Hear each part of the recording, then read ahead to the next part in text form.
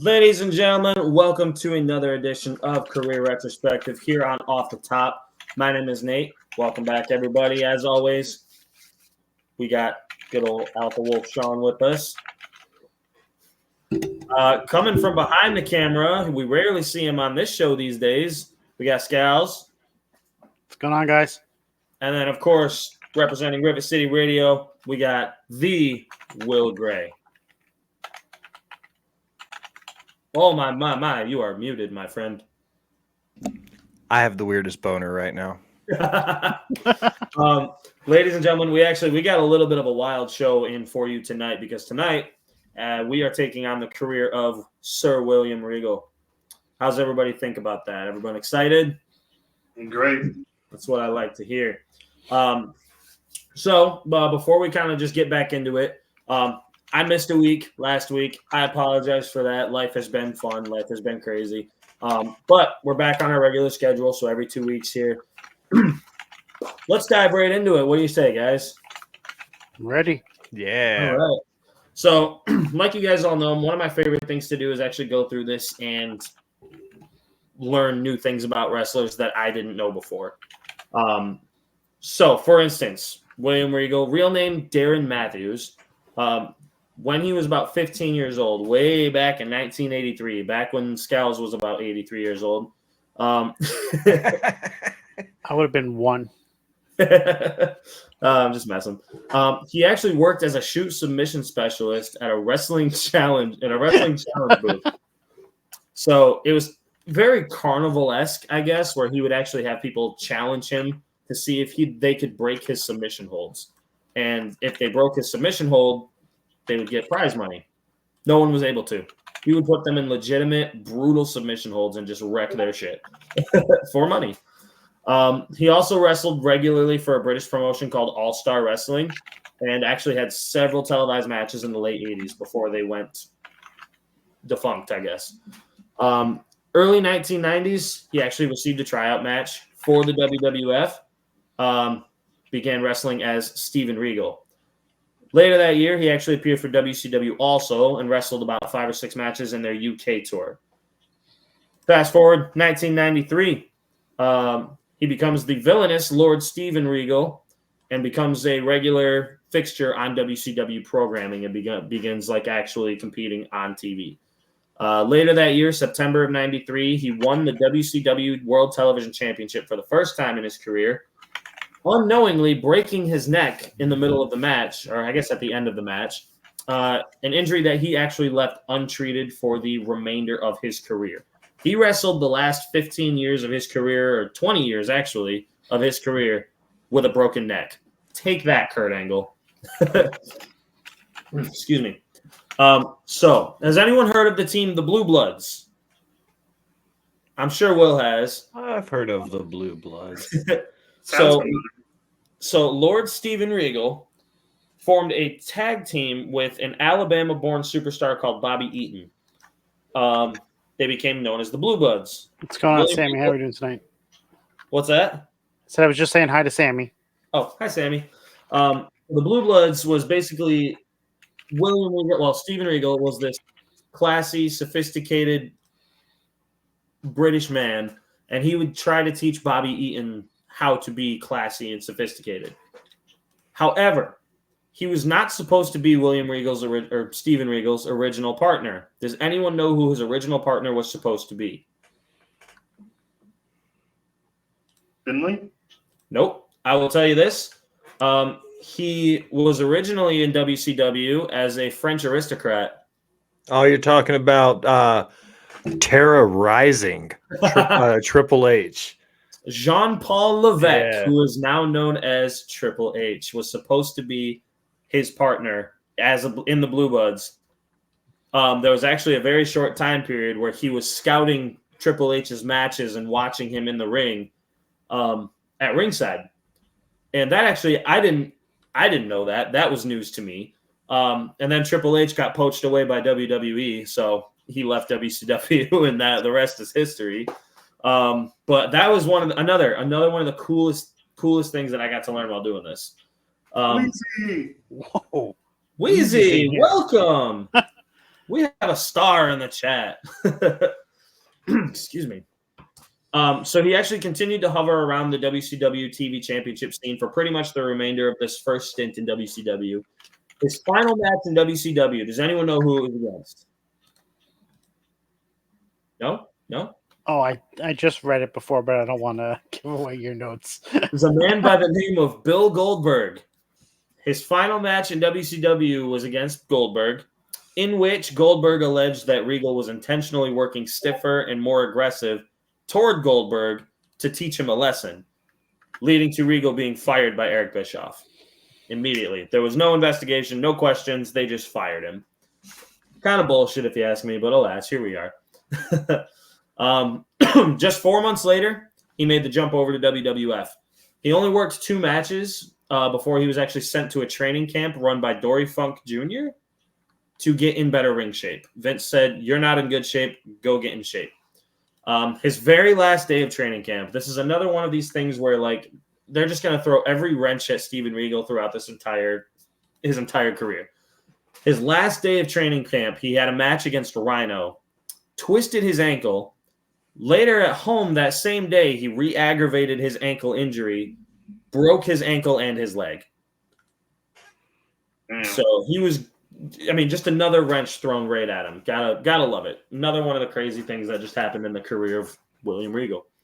While he was recovering from his broken leg and ankle, he developed a painkiller addiction, which is something that he talks about a lot in his autobiography. I forgot the title of it off the top of my head, but if somebody wants to find it for me, off the top. If somebody wants to find the title of his autobiography, please. I read it years ago when I was a kid. Great, Walking a Golden Mile. What's that? Walking a Golden Mile. Walking a Golden Mile by Darren Matthews or William Regal. I had this weird phase when I was in the mid to late 2000s where I was reading autobiographies by WWE superstars. The first one was Shawn Michaels. I read Edge's. I read Regal's. Kevin Nash wrote one. You name it. I mean, there was a ton. Chyna wrote one. I was with you. My first one was The Rock, and then Mankind and Mankind. I didn't read The Rock's, but I read Mankind's. I think I have Mankind's too. Yeah. So thanks anyways, for the follow, Weezy. We appreciate it. Thank you, Weezy. I was just happy birthday, Weezy. Anyways, late 1998, came back as a lumberjack style character. Very short-lived character, but left an impact, believe it or not. He was known as the real man's man. He would and he would do things like chop wood, he would shave with a straight razor, and he would squeeze his own orange juice with his bare hands.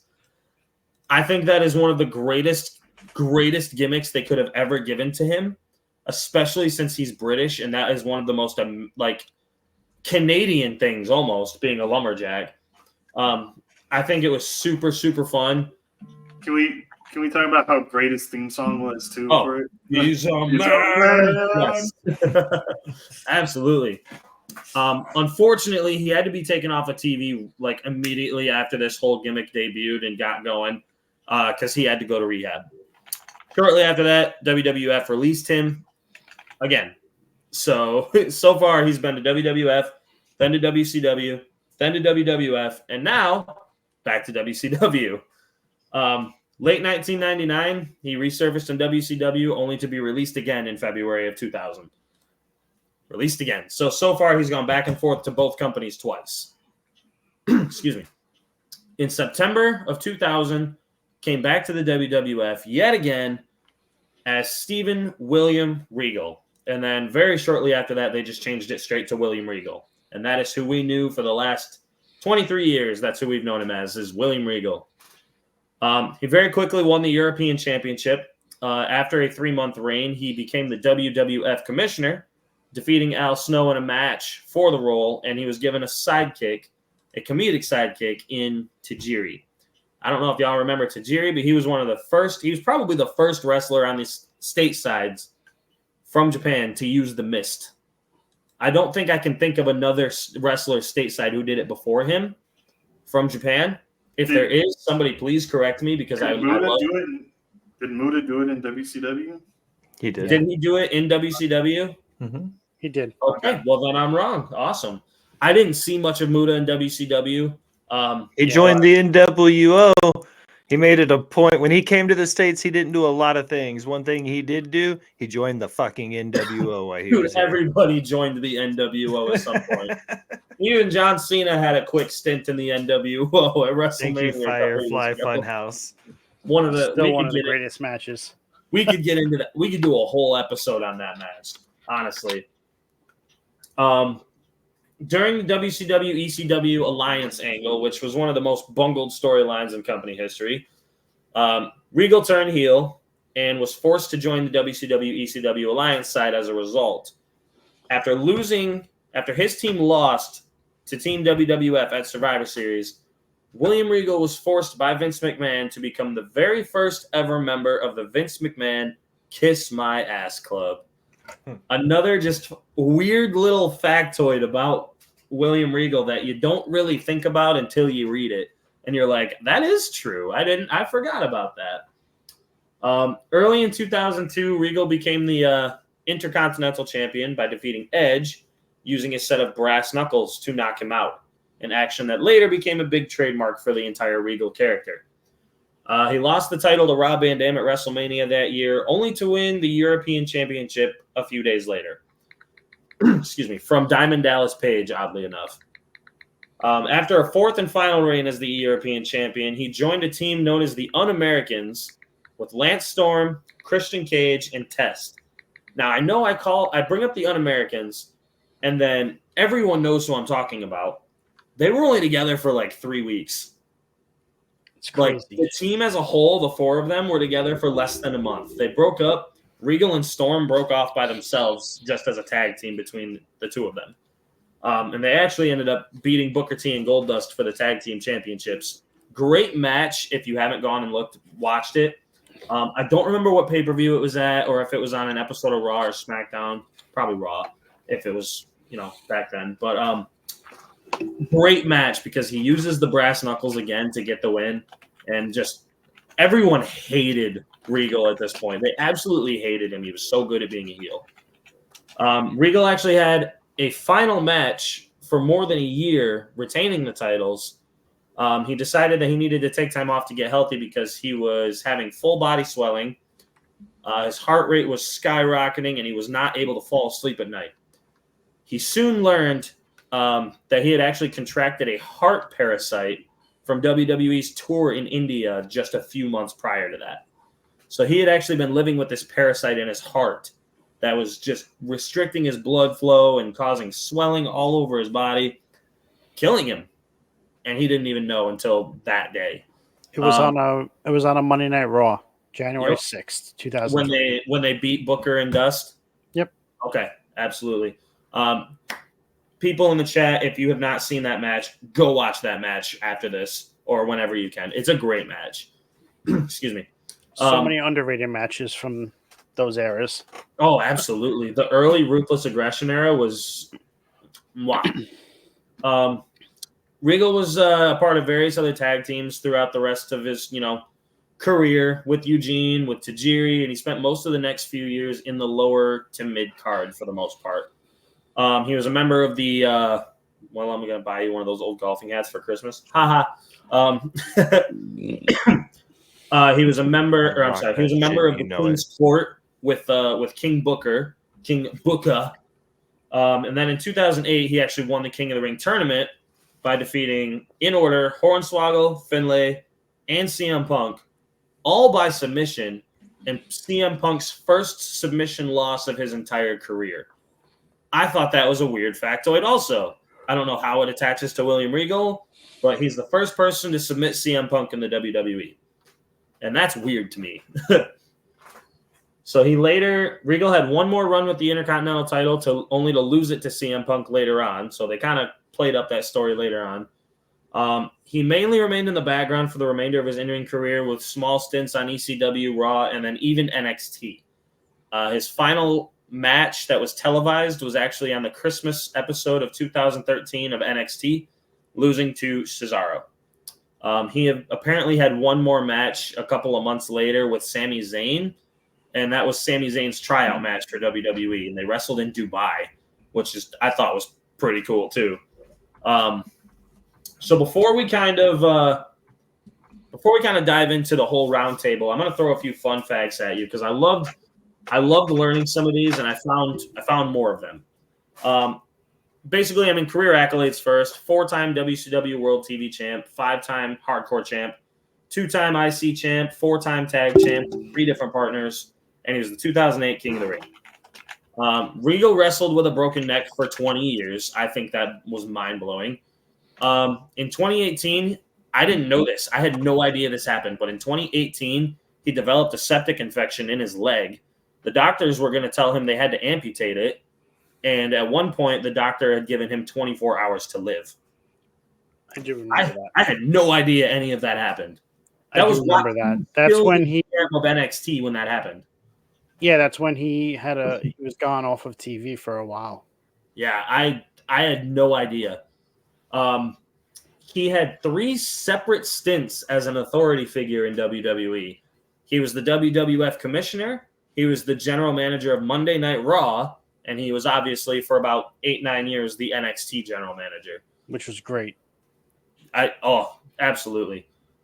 He can fluently speak, besides English, German and Japanese also. Thought that was kind of cool. Explain why my chair is broke. Whose chair is broke? That's because it's Will. Fair enough. And this was another one that I didn't really know about either. In late 1997, William Regal was actually rear-ended by a drunk driver, causing his car to flip multiple times. He had 2 passengers with him by the names of Chris and Nancy Benoit, whom he actually had to free from the car himself.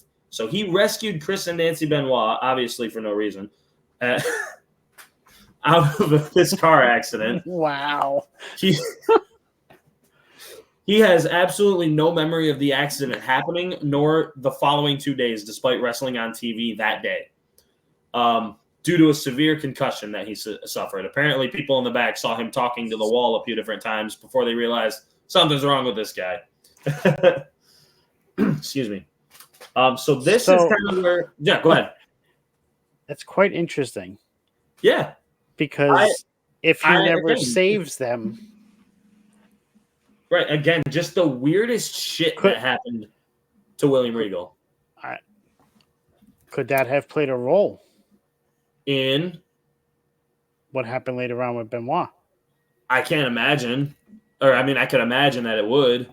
It's definitely one of... I don't know what the extent of his and Nancy's injuries were, but I do know that if it was anything like his... then yeah, it probably contributed. I'm just going to throw it. Trey. Go on, Trey. Yeah, it seems like William Regal has got a guardian angel or something because he's cheated death multiple times. Multiple times. Gets rear-ended by a drunk driver, not only gets knocked out on impact, essentially, and is just a zombie, but it has the wherewithal or instinct, whatever you want to call it, to rescue 2 people who were trapped in the car. And then the sepsis and then the broken neck, which if you go back and watch the video of that match, it's when he hits a German suplex at the end of the match. His head hits the mat. You can see it go like that. It's awful. It's terrible. I don't remember who it was that it was against. I just said it too. Whatever. Excuse me. So no, you're good. You don't have to behave. That's fine. So this is kind of the part where we're going to get into the roundtable discussion. This is one of my favorite things to do with these. Get into the roundtable discussion, discuss our own opinions on William Regal, and kind of just hopefully argue, because arguing is fun. So hopefully this is the first one that I want to talk about is one that I think we should all have a general consensus on. And if you guys disagree with me, you're wrong. I'm just kidding. But we're going to rate his in-ring work on a scale of 1 to 10. And we're actually going to start with Will. You're going to make me tee off? Absolutely, I am. For in-ring work? Absolutely, I am. All right. So this is the way I look at it. Before we went on air, I said there were a few check marks on my notes where I'm going to go down. I'm going to say things. I'm going to say one about William Stephen Regal now. Absolutely do. When it comes to the greatest to ever do it, to never win the big one, I said it was Dustin Rhodes. I said it was Stephen Regal. I said it was Scott Hall. And I said it was Kurt Hennig. And then we agreed that kind of Roddy Piper was that honorable mention in that fifth spot. And I think that says everything you need to about it. He is the quintessential reason why the mid card exists. Because if you look at the end of the 80s, the tail end of the NWA territories going into what WCW became, going into the Attitude Era and that mid 90s to 90s push, he was that quintessential mid card guy. Oh, okay. Yeah. From beginning to end, he won every mid card championship that mattered. He was versatile as a character. We'll get to that. He was versatile in ring. He could do hardcore matches. There was so much he offered. I also said my second big hot take for the night as far as his in-ring work was he is the mid-card Undertaker. He worked for 30 consecutive years, ultimately as the same person with minute changes to how his name was said or his catch line. But ultimately, William Regal was the same person for 30 consecutive years. Mm-hmm. And he held every mid-card title that mattered. So in a lot of ways, he is the mid-card Undertaker. That is a spicy take. The only thing I'm going to say is, and this is also going to piss people off, Regal was a better in-ring worker than Taker by a country mile. No offense to the ring, man, but it is what it is. But So if you look at their work, I don't feel like that's a slight towards Undertaker at all, though. Because not. I'm not saying Taker wasn't a bad worker by any means. But you didn't watch an Undertaker. Sorry? Early said they had different styles. Yeah.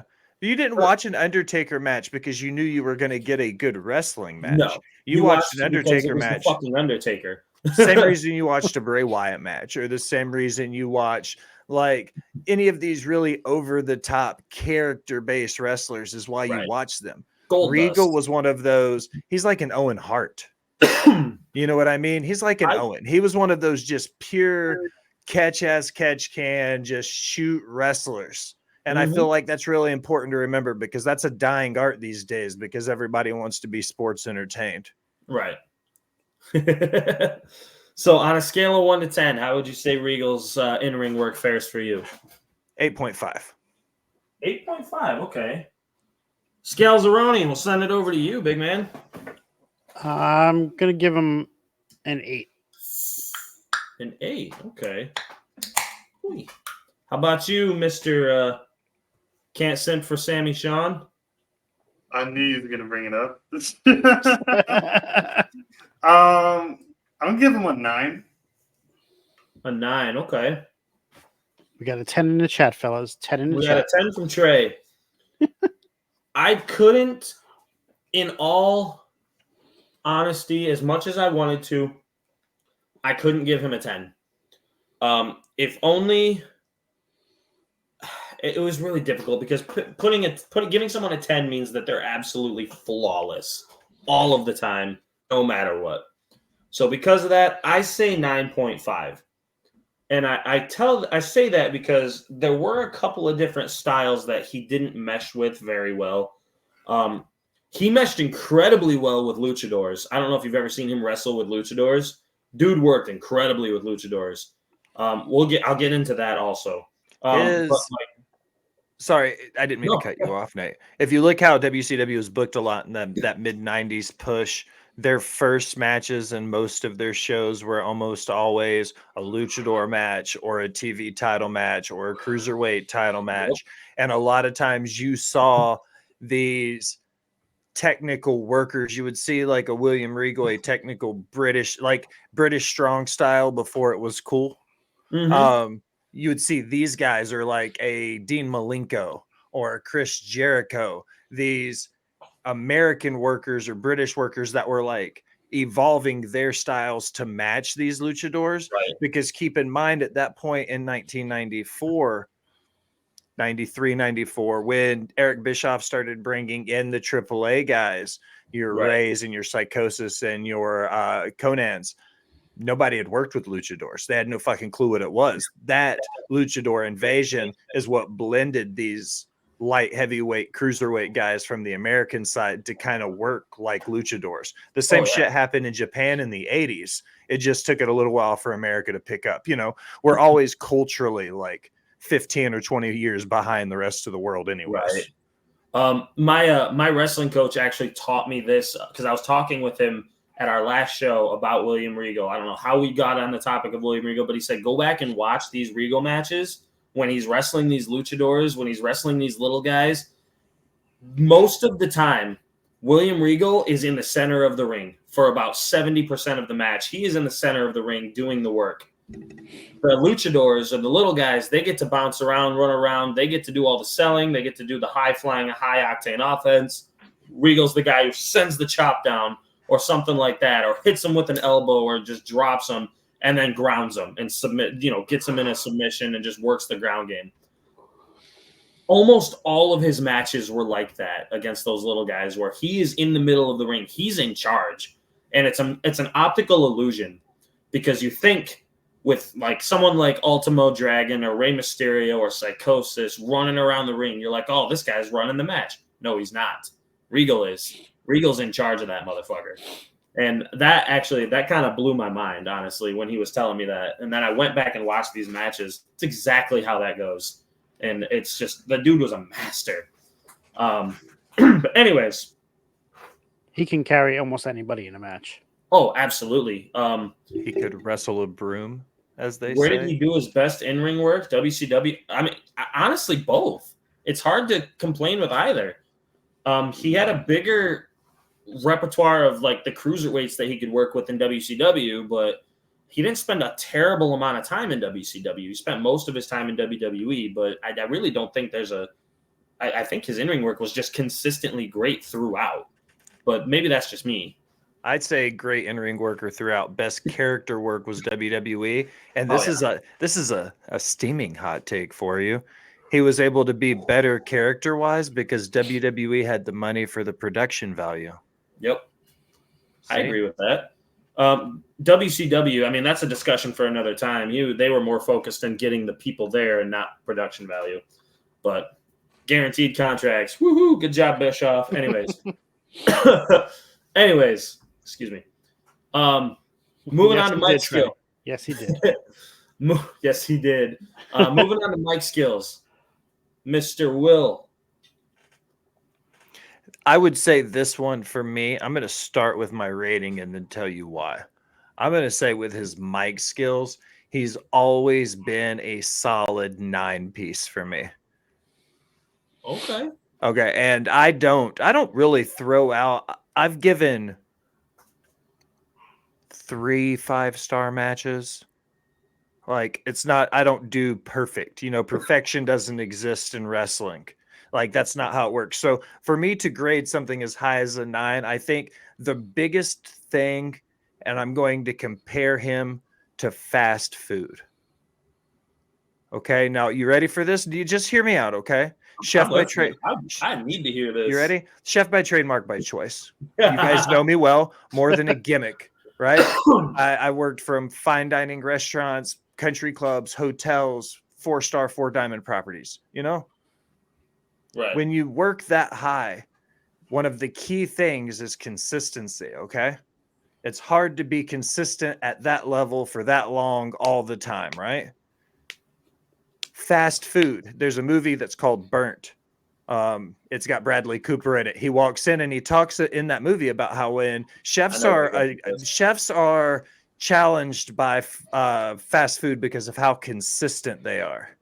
It's not that they use better quality ingredients or that they need more money or that they have better cuts or anything like that. What fast food is consistent, because no matter if it's me or Nate or Sean or Scalz, whoever's running the grill, it's going to be great. Okay. Oh, for sure.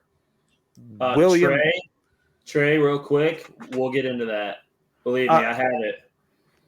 But to wrap it up here, that's what makes William Regal the fast food, is because he is consistent. That Big Mac has been the same since the 1980s. William Regal has been the exact fucking same since the 1980s. He didn't have the peaks and valleys. He was consistent his entire career. And that's why I would give him a 9 in ring, like in with the mic on the stick. I would give him a 9 because he was one of the most consistent talkers to ever do it. And he's British. And I have this weird affliction for Brits. Brits and tits, dude. Let's go. Brits and fucking tits. Let's go, boys. All right. Scalz, what do you think? I'm going to give him an 8.5. It's no matter what was going on with the conversation, with the promo, whatever he had to do, he always cooked it on the mic. Whoever Absolutely. he was up against, it was, and like Will was saying, just the consistency. But then even when he was the NXT GM and he had to deliver those meaningful promos, the war games, like all those different things, like he put everything into it. And honestly, just this consistency was so good. Sean, what do you think? Yeah, I'm gonna give him an 8, and simply like my favorite promos from him is when he is actually doing comedic stuff, because we often talk about William Regal and see how important he is, obviously, to wrestling, but we don't talk enough about his like comedic parts that he had in wrestling that made him like multiversal, like him being hilarious doing skits with Tajiri or with Big Vito or Big Vito. him dancing with Crime Time and what's his name, Coach. And Vince is just like, the fuck are you doing? William Regal's is great. Either way, like Scott said, War Games is so iconic now. So I mean, better than anyone who announced it in WCW. I'm going to throw that out there. Right. Way better. Trey, I'm actually going to bounce off of that last comment you just put in there. Regal is flame broiled. Regal is as consistent as seeing a Whopper commercial during football season. All right. Whopper, Whopper, Whopper, Whopper. Just not as annoying. Christ. But I give him an 8.5 just because his promos, like Will said, they're always just consistent. They were always consistent. He spoke with eloquence. He spoke with, articulation. The man could work a microphone. He could work a crowd to cheer you or boo you no matter what he wanted. He got it from you.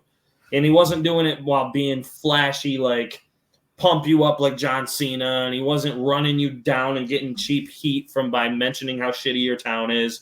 He was just him. And I think that's the best thing that makes – excuse me. I got a lot of burps tonight, apparently. I think that's the best thing about him is that he didn't have to reach too far one side or the other. He could be himself, cut a promo on the – maybe not quite on the levels of Paul Heyman, but he believes that it's him. It's him talking and not him reaching to either side of the heel or face side. And that's why I say 8.5 for sure. Excuse me. He is a flame broiled Whopper. You are right. So this is where I feel like we might have a little bit of division, and maybe I'm wrong, but we'll go on and talk about his heel work. Will, what do you think? I would say heel work. 8.5.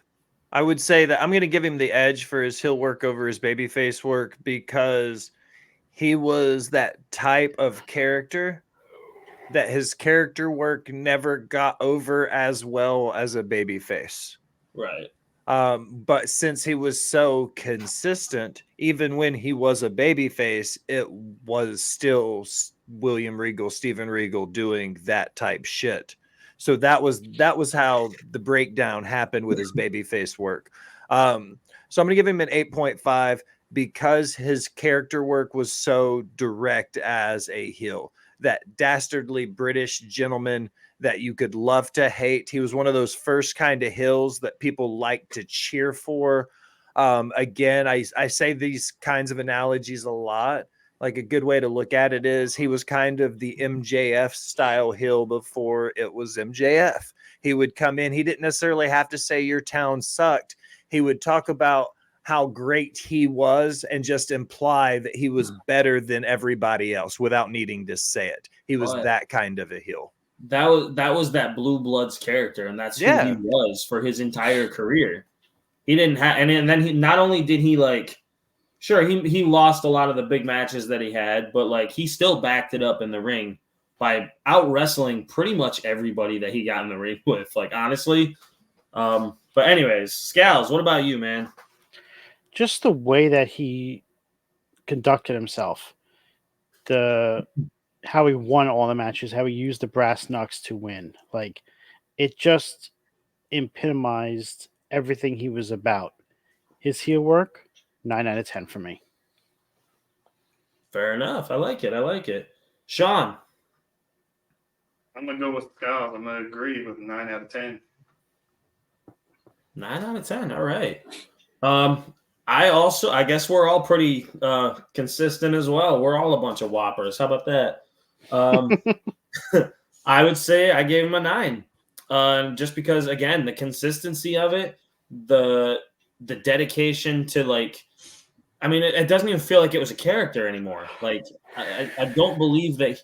Like maybe it was a little more exaggerated as the actual like Blue Bloods, but that was to kind of offset the comedy of like the redneck of Bobby Eaton, which that makes sense. But overall, if you look at the trajectory of his career, he's pretty much right here the whole time. Like this is William Regal. This is William Regal. Even as King of the Ring, King Regal, he was just himself in a crown. Like. I say 9 out of 10 because he was so easy to hate. But I don't give him I can't put him on like the levels of Edge and Randy Orton, who I gave 9.5, because the things that they did as heels made me absolutely fucking despise them. So he's just a notch below them, but he gets bonus points for being consistent. Excuse me. How about his babyface work, Will? Okay. Like I'll take the backlash when I say this, but I'll do my best to explain why. 7, and I give him what would probably be my lowest grade of the night, if I remember everything you go through it.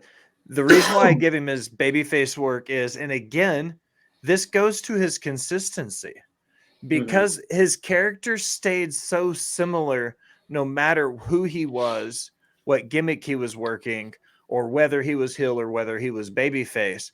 He was so similar that it was hard for that kind of, pompous British gentleman to come across as a sincere babyface. He always seemed kind of like a jackass. He was kind of an ass, and it was kind of hard to deliver that as a babyface.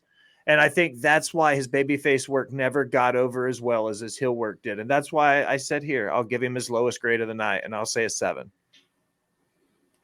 Okay. What about you, Scalz? See, I think he was a 5 out of 10 for the babyface. He didn't do it that often. And when he did, he was still getting cheers even as a heel. So they liked him in that aspect. When he went to the babyface, that's not what they were used to. They were booing him the same way they booed The Rock as a babyface. It was the opposite. They were booing the babyface and cheering the heel. And he didn't have enough time to cultivate what it was like to be a babyface. So that's why I'm giving it a 5. Okay. Sean? Wow. I'm not to agree with Will and give it a 7. Also, my favorite moments when he was a babyface was those comedic roles. So, pretty much when he was just jobbing out most of the time. So, he was a better heel than he was a face, obviously. So, Interesting.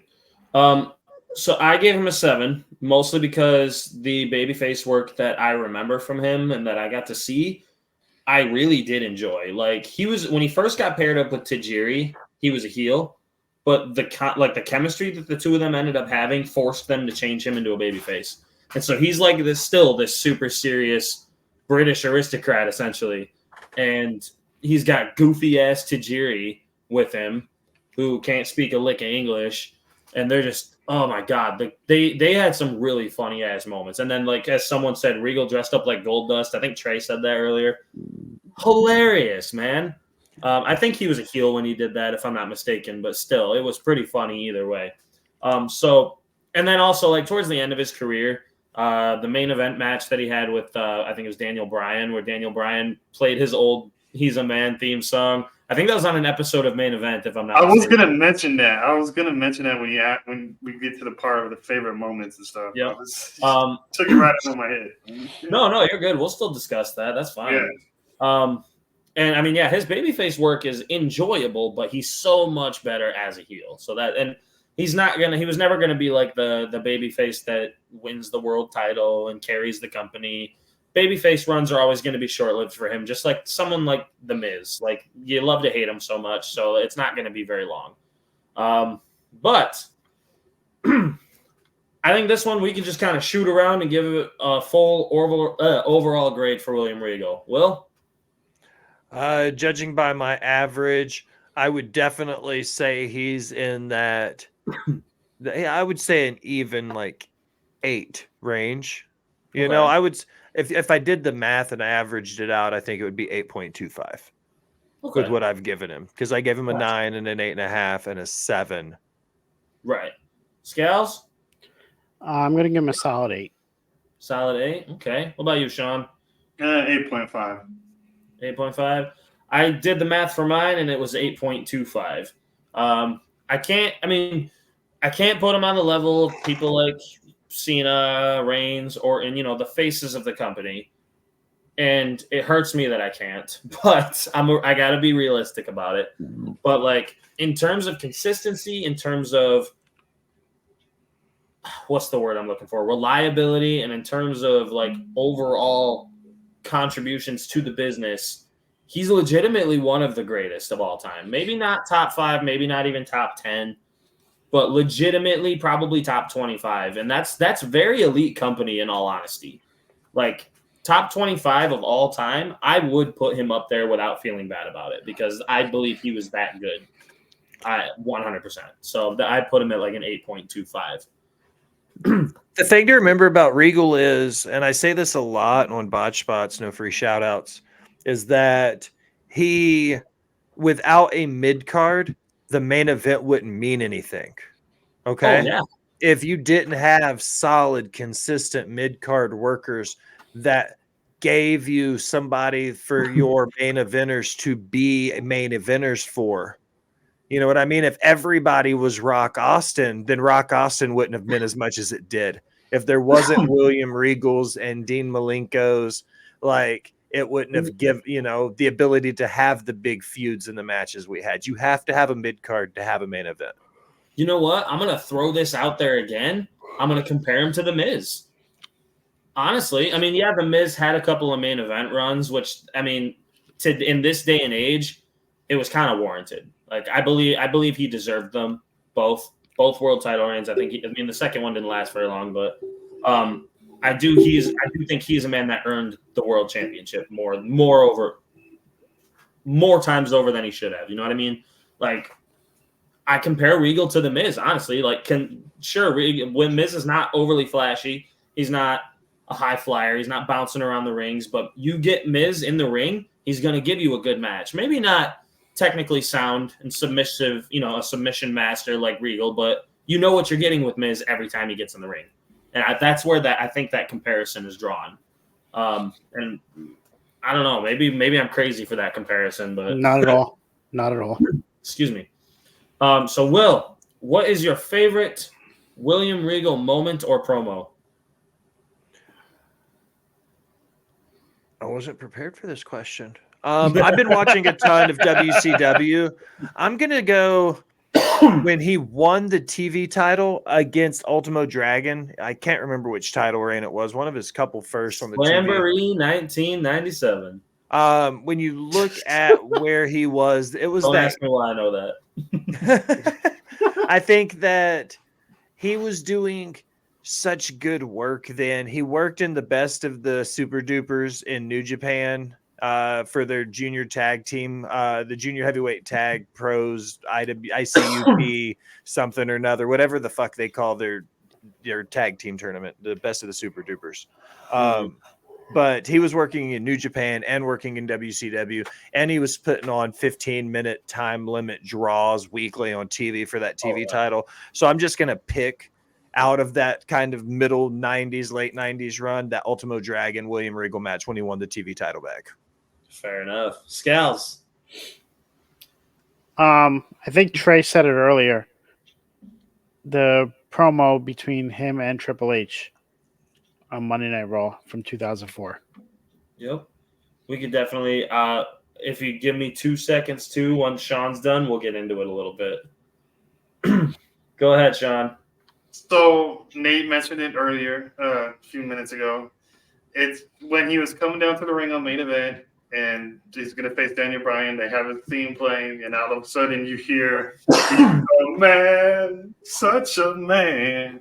And then you just see William Regal, rare time, just break character and just start laughing.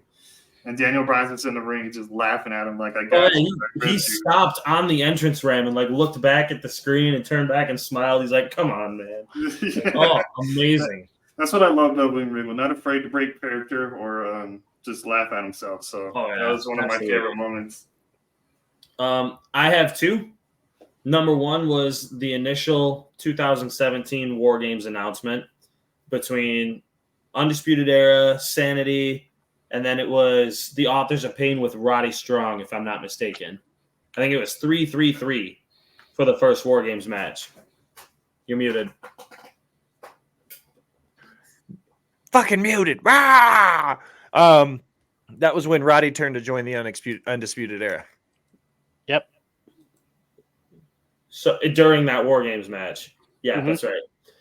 Because I remember I watched the video about 20 times today. If Scalz can, I'm gonna have him pull it up. I'm gonna see if he can though. It's on YouTube. The initial War Games announcement from 2017. It's only about a 60-second clip if you can find it. But there's the part where Roderick Strong throws the Undisputed armband out the ring at the Undisputed Era. The whole thing just gives me goosebumps, especially when he gets to the part because there were rumors that they were looking to do a War Games match, but we were just no, it hasn't been done in 20 years. And they did so there were so many bad ones. There were a lot of bad War Games matches in the 90s. My initial one is the one that I can think of was the one that was 2 stories, I think. What the hell? Am I right? 3 cages? It was either 3 cages. I thought it was 2 stories. Maybe WCCW World Class did a version of a 3-tiered cage, but theirs wasn't tiered in a sense. It went from big to smaller to smallest. Theirs was 3 different fucking levels, and it was really terrible and unsafe. And the Von Erichs were like, "No, we're never doing that again." Oh yeah, the Von Erichs were like, "Yeah, we don't feel safe here. They can't. The Von Erichs aren't safe anywhere." Was that not the 3 match in Ready to Rumble? Ready to Rumble had a 3-tiered match, but 3-tiered cage, but it progressively got smaller as it went up. Right. Yeah, that was in Ready to Rumble. WCW did it, and then they did it, and then they did that after the movie came out. Yeah, they did it in 2000. They did it right after the movie. It was in tandem with the movie. Yeah, the 3-tiered. I want to say they did a 2-tiered one in the early 90s that had Sting and Luger in it. I could be wrong, but I'm pretty sure they did. But we'll figure that out later. My other favorite moment, while Scalz is still getting the video pulled up, do you have it or no? I don't know if this is the right one. Well, I can't I know I watched it on YouTube today. But my other favorite one, Scalz mentioned it a second ago, is the promo where he just tore into Triple H defending Eugene. Eugene had cost Triple H back-to-back World Heavyweight Championship matches. and he was mad. Triple H was furious. He called out Eugene to come out and get his ass kicked. And William Regal came out and basically revealed that it was him. He even pulled it was me all along, except I think he said it was me, Sunshine, or something like that, to Triple H, and just said, hey, I was the mastermind behind all of this, so maybe you should pick your beef with me. I thought that was one of his best moments also. Excuse me. How's it looking? I can't seem to find it. That's all right. We can worry about it later. So I think Will kind of already answered this question. But what is your favorite match from William Regal? Would it be the Ultimo Dragon? Yeah, I'll just go with that one. Yeah. That was the one I most recently watched. Fair enough. Recently watched. Recency bias. Scalz, what about you?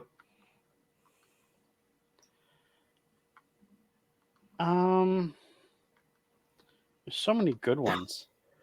I mean, yeah, you can. It's hard to narrow it down.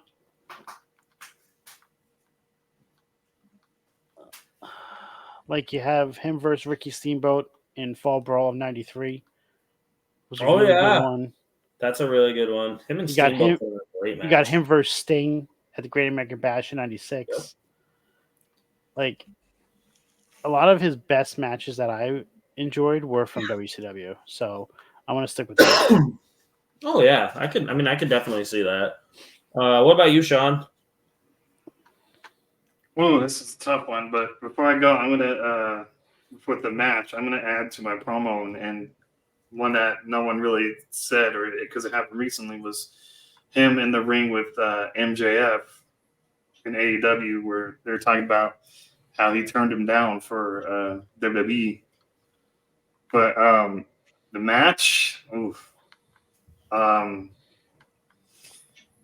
It'll either have to be any matches with him tagging with Tajiri or him, I think, versus Jericho back in WWF when they're feuding and Jericho pissed in his tea.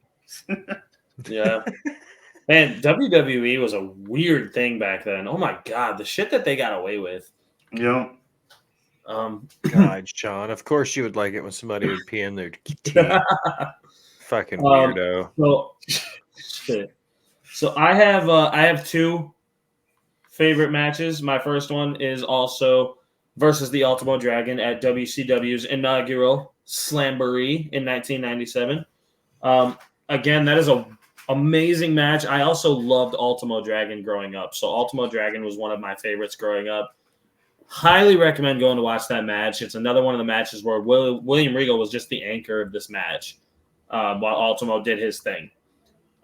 Great match. And then my other favorite match, I honestly think is the best match of his career, and I think it was because he knew he was done. It was his last match of his career Versus against Cesaro. Cesaro. Mhm. That match, it's not a 5-star match, but it's probably 4.5. It's a great fucking match between two elite, consistent, incredible in-ring workers, and I highly recommend going back and watching it. It was the Christmas episode of NXT 2013. Highly recommend. Are there any dream matches that you would have liked to see William Regal in? Will. A dream match I would have liked to see William Regal in.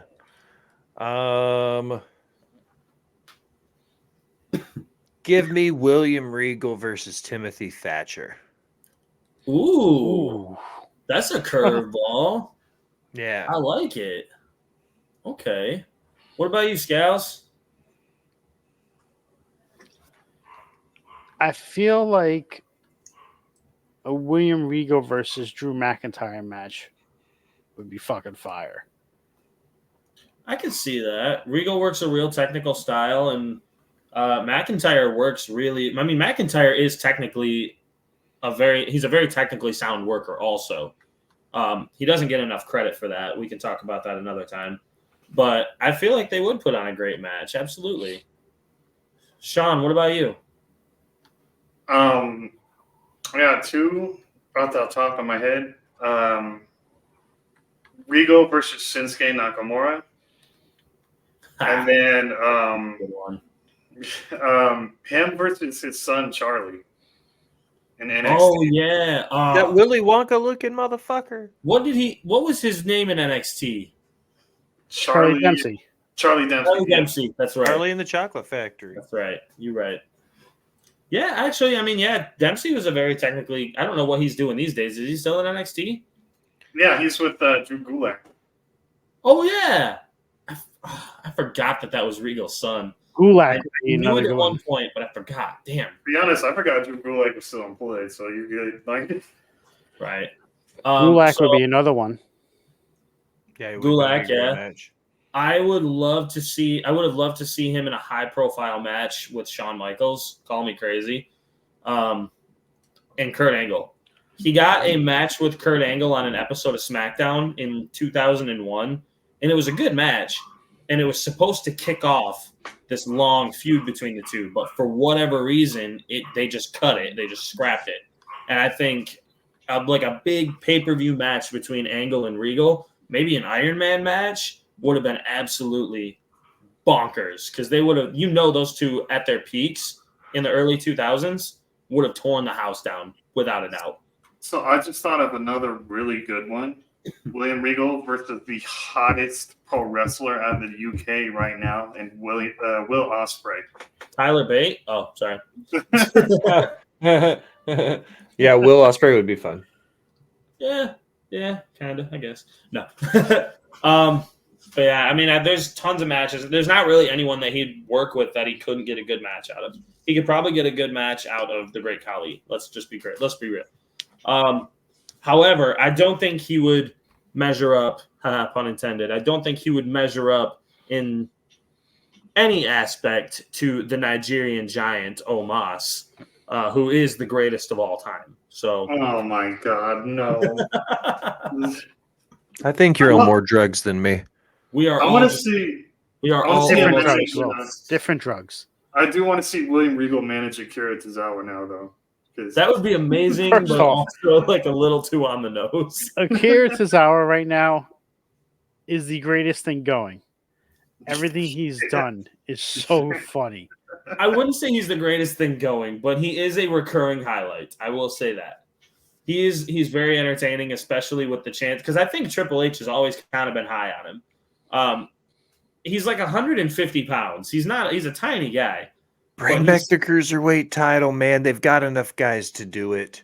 And I actually, the cruiserweight title would be great under Triple H. They botched the shit out of it with the last time, but that wasn't Triple H's fault. Excuse me. What happened? They not botched it. Also, in terms of recurring highlights on Raw right now, how about The Miz again?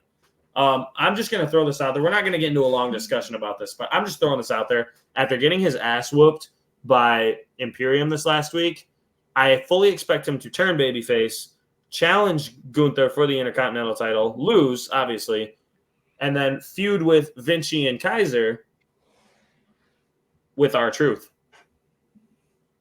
I think R-Truth is going to be back soon. I don't know if you've been watching him on TikTok lately. The dude's active and up and moving. And so bring back the awesome truth then. That's not where I thought you were going with that. Where'd you think I was going to that? I thought you were going to say he was teaming up with DIY as a babyface. Nah, I don't like that. I don't like that at all. You know that's not going to happen, Sam. You know damn well that's not going to happen. I think DIY is going to do their thing with Imperium right now also, and they'll probably put them in a weird 6-man tag match at some point, but I don't think that's going to be the overall story.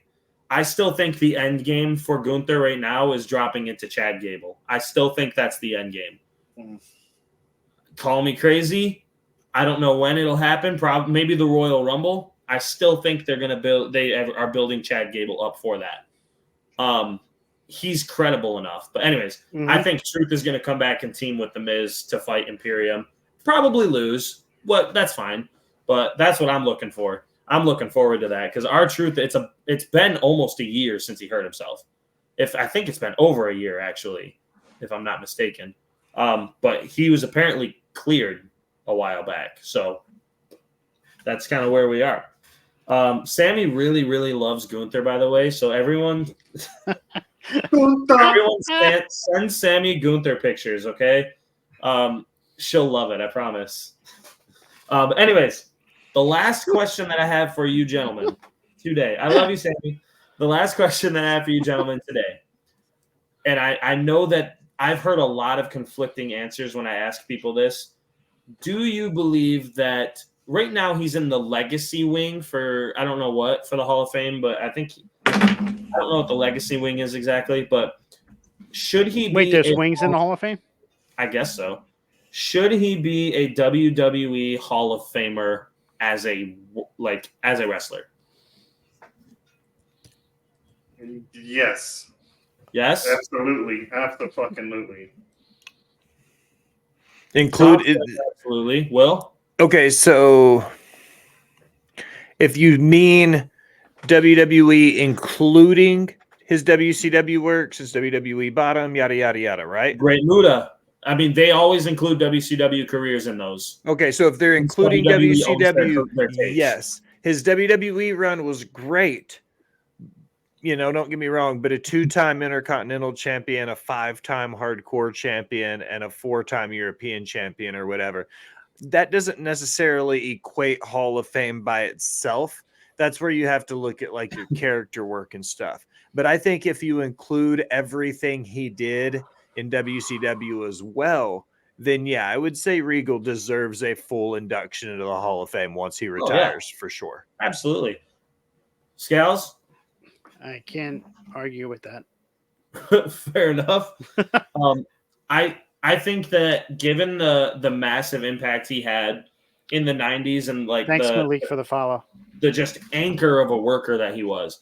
Because let's be real, the Hall of Fame is not all about accolades. It's not. It's about impact. It's about how iconic you are, and it's about name recognition, honestly. Like, the Bush Rangers are in the Hall of Fame. They were fucking awful. Like, yeah, they got Sonny and fucking Drew Carey in there. Like, Sonny's had more DUIs than she's had championships. Drew Carey's in the celebrity wing. You get it because she's drunken in jail. Thank you for explaining. But I think even if you include everything that he did with NXT for the last 10 years, 100% he gets in without a doubt. I also think if you take away all the NXT stuff, all of his run as the GM, if you just take that, ignore it for a minute, just his career from 93 to 2013 or 83 to 2013, I also think he has a Hall of Fame career. Absolutely. And I don't feel like that's too much of a stretch. I think that he left enough of an impact. I think that, people speak highly of him more than they speak highly of most other wrestlers from those time periods. He was consistent. He wrestled 20 fucking years with a broken neck. Take that, Kurt. And of course, Malik put it so delicately, War Games. So anyways. War Games. But I absolutely believe that he is a Hall of Famer just on his in-ring work alone. Yeah. So does anyone have any kind of like closing thoughts? I think Will probably does on William Regal. Any kind of last words for us tonight? I mean, not particularly. Sean, no, nobody. No. I kind of want to see him play a Bond villain. I don't know why. Oh, he'd be an awesome Bond villain. I hope that when he's able to be back on TV, they can put him back in power in some way in like NXT or something. Oh yeah, you know what I mean. I hope they give him a chance to be back in power. I think that would be January 1st, wouldn't it? I believe so, but I'm not exactly sure. I don't remember when he left because he had a 60 or a 90. I just can't remember. No, it was a full year. Because he wasn't allowed to work for a certain amount of time, and then he wasn't allowed to be on TV for a different amount of time, right? So he was able to go back to WWE right away. Right away. Okay. But he couldn't appear on camera for a full calendar year, which was January 1st to January 1st, incidentally. But yeah, I hope. I honestly think I don't want him to go back to NXT. I like Shawn Michaels down there. I think Shawn Michaels is getting not enough credit for how well he's done with NXT in the last few months. I think NXT is just as good as it was before the whole 2.0 rebranding, and I don't feel bad saying that. I think it's just as good. It's a lot of fun. Yeah. It's not an indie stockpile anymore, but it's entertaining and it's fun to watch. Yeah, one hiccup, but we won't get into that. Yeah. We'll just wait. What are you talking about? His Tiff doesn't have the belt. That's his hiccup. That's because Tiff's gonna go to the main roster and be an absolute star, dude. She's gonna be fine. She's young. She got the best moonsault on the roster. Absolutely. I would like to see him come back as the commissioner, honestly, and I would like to see him kind of mitigate this apparent war that's about to happen between Raw and SmackDown with Adam Pearce and Nick Aldis. I think William Regal being in the middle of that, trying to mediate it all, would make for some good television. Yes. I don't know where they would go with it. I'm not in charge of creative, but I think that would be a lot of fun to at least see play out. But yeah, facts. Thank you, Malik. But anyways, before we sign off, real quick, the Will Gray, where can we find you, man? First and foremost, Nate, thank you for allowing me to come on tonight and talk about Sir William Regal. If you're interested in my shenanigans elsewhere, if you check my link tree in the bio at the Will Gray, you'll find all my shenanigans for Botch Bots and Share Shots for Vid City Radio and Off the Top Media. All right. Scalz, where can we find you, buddy? So you can find me right here on Off the Top Media, as well as on YouTube, or on Instagram, TikTok, and Twitter at Off the Top Media _. All right. Mr. Sean, where can we find you, babe? You can find me on River City Radio on Sundays and Wednesdays. You can click my link in my bio on my TikTok, which is Apple Sean P. It'll take you to all my other social media links. Also, you can buy the Sin City Wolf merch on Off the Top merch shop. So go do that because I got some coming soon. Heck yeah, man. Yeah, we got all the top merch on there too. Yes. Also, I think Scout. Who's running that? Who's in charge of all that right now? Is it you? Me. Yep. You. I think I'm just gonna. I haven't really done anything with mine. I think I'm just gonna move it to yours if that's all right with you. You do whatever you want. Because I think I'm gonna start once the new year kicks in here. I think I'm gonna start promoting wrestling content again because I really this is all I've been doing as far as wrestling content goes. I've been dabbling a little bit here and there, but I've been kind of burnt out from the whole TikTok side of things because it's been irritating me. People are stupid, but I think the new year I'm gonna kind of get going again, and I'm just kind of focus on this. I'm gonna focus on you guys. I'm gonna focus on whatever I want to do, and I'm gonna push everyone else out because I'm sick of people, honestly. So I think that's what we're gonna do moving forward. I'll get at you whenever I figure that all out. But before I let you guys go and before I tell you where you can find me, I want you guys to mark your calendars. I haven't announced the next 2 or 3 that we're going to do. However, I do have one posted in my brain right now. Thursday, December 21st, so 4 days before Christmas, we're going to do a career retrospective on arguably the biggest fan of Christmas on this planet, WWE Hall of Famer Mick Foley. We're going to do a career retrospective on Mick Foley, and we're going to I'm gonna tell you now, it's gonna be a long one because I'm gonna spend time talking about all 4 faces of Mick Foley. We're gonna talk about Cactus Jack, Dude Love, Mankind, and of course, good old Mick Foley, Mrs. Foley's baby boy. If you have me back on, if I remember, I'll dress up as Santa Claus just for the show. Please do. 4 days before Christmas, Thursday, December 21st. Be there. I'm going to, probably the beginning of December, we're going to have Off the Top and Scalz and Shadow and me and Sean and Will if he wants. We're going to start posting stuff about it to prepare you all because it's probably going to be a long show and I want it to be. But also, you can find me on TikTok at Nate McNamara WB and at The Wrestle Bros. We haven't really been active there in a while, but it is what it is. You can also find me pretty much nowhere because all my social media is turned off right now because I needed a break from it. But anyways, thank you guys so much. Will, Scalz, Sean, thank you guys so much for joining us once again. We'll see you guys in 2 weeks. I'll have an announcement next week on who we're doing, okay? All right. Have a sounds great night, good. guys. Thanks Thank for coming you. out. Bye.